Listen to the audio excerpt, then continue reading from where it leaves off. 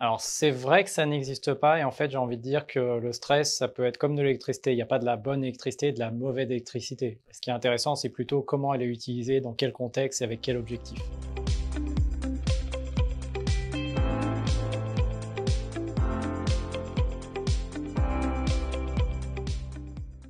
Alors faux, puisque déjà biologiquement, on est tous très différents dans les réactions qu'on a par rapport au stress.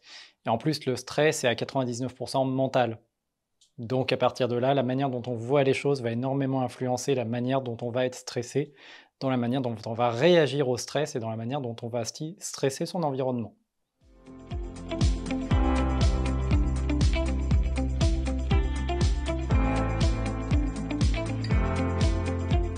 Vrai, absolument. Tout peut être source de stress en fait. Absolument tout peut être source de stress et heureusement puisque le stress c'est une énergie. Donc s'il n'y a pas de génération d'énergie, ben, il n'y a pas de génération de production de quoi que ce soit.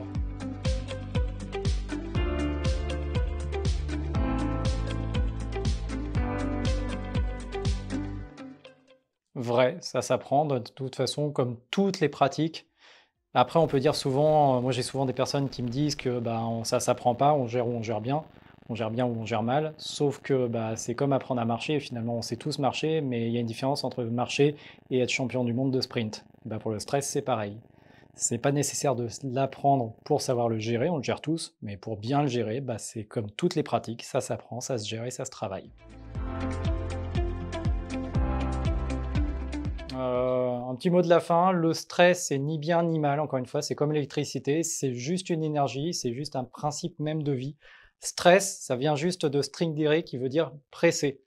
Pressé, c'est ni bien ni mal, c'est juste qu'est-ce qui nous presse, qu'est-ce qui nous met en tension et à quoi on met, à quel au service de quoi on met cette tension, tout simplement.